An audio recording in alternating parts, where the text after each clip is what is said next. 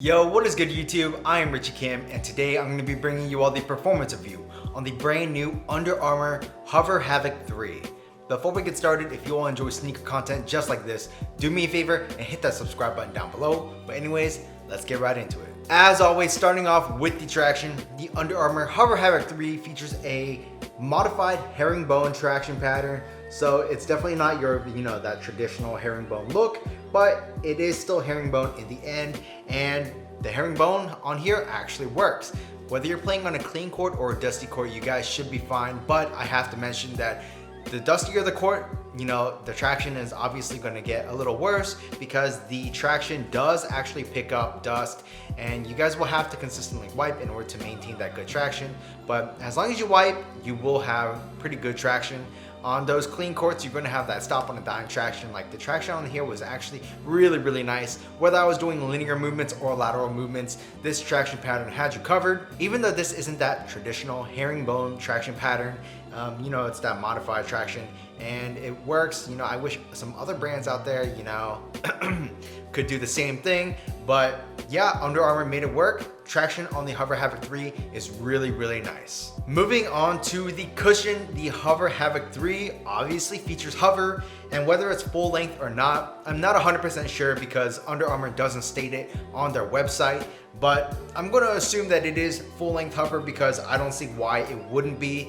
So in the heel, you do have a thicker chunk of hover than up in the forefoot, and this cushion setup, it's pretty much like every other Hovr Havoc model. It's not the most forgiving, I would say, in terms of impact protection, but it does have some impact protection, and you do have a very, you feel very low to the ground, you feel very responsive, and you have that great court feel. So this is definitely a cushion setup that's catered more towards guards or people who like to just, be fast on the feet. It definitely does that job really well. If you guys are looking for a lot of impact protection, I can honestly say that the Hovr Havoc 3 does not have a lot of impact protection. I would say it has just enough for my liking. Obviously, I wish I had a little bit more, but it is what it is, and I'm totally okay with it. If you guys like decent impact protection with a lot of court feel and responsiveness, the Hovr Havoc 3 has got you covered. So moving on to the materials, the Hovr Havoc 3 features a textile mesh that you can kind of see through like the middle part of the shoe, and that's featured everywhere, and it's a very thin material. So what Under Armour did to compensate for that is pretty much up in the entire forefoot area, they covered it in fuse, which just, adds extra structure, extra durability, and because of that, it doesn't look that great, and it doesn't feel great to the touch. It's basically plastic, but it does do the job just fine. As you move towards the back of the shoe, you do have like this neoprene style feeling material, and it is foam back, so it does have more structure and rigidity.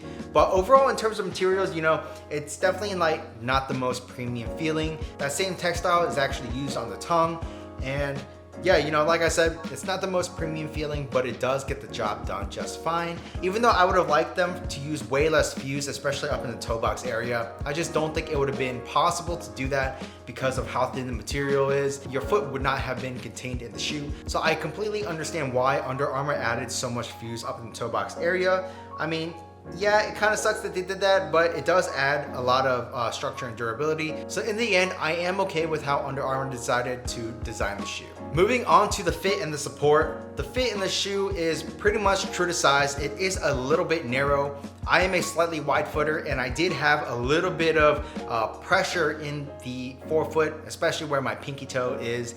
And yeah, if you guys are slightly wide footers to hella wide footers, I would suggest you, try it on in stores if possible. But if you can't, I would probably suggest going up a half size if you guys are, fairly wide to really wide footers. Slightly wide footers, if that little bit of pressure is okay with you, I would say going true to size is perfectly fine. I think going true to size for me was a good idea, but it really does depend on the shape of your foot. Lengthwise, I think it's perfectly fine. The Hovr Havoc 3 does feature a half booty construction, so it is connected like halfway down the tongue, and the overall fit is really nice. I'd say it's very close to 1-to-1. It's very conforming to your foot, feels amazing. As far as the support goes, this does have an internal heel counter, which helps locks down your heel, and it does have some decent sculpting in the back as well with the padding, so your heel really isn't going anywhere. I didn't have any side-to-side movement on the footbed because of the way that they sculpted this, like this whole area on the lateral side, and the material usage. You know, I didn't have any problems on those lateral movements. Also, I would say that the base of the shoe is fairly wide, so the shoe has definitely got you covered on lateral support. I'm not sure if the shoe features an internal shank plate, but it does have torsional rigidity and stability, so it's got you covered there as well. Overall, the fit and support in the Hovr Havoc 3 is really good. The Under Armour Hovr Havoc 3 retails for $110, and you know, for $110, I'd say you're getting a pretty solid performer.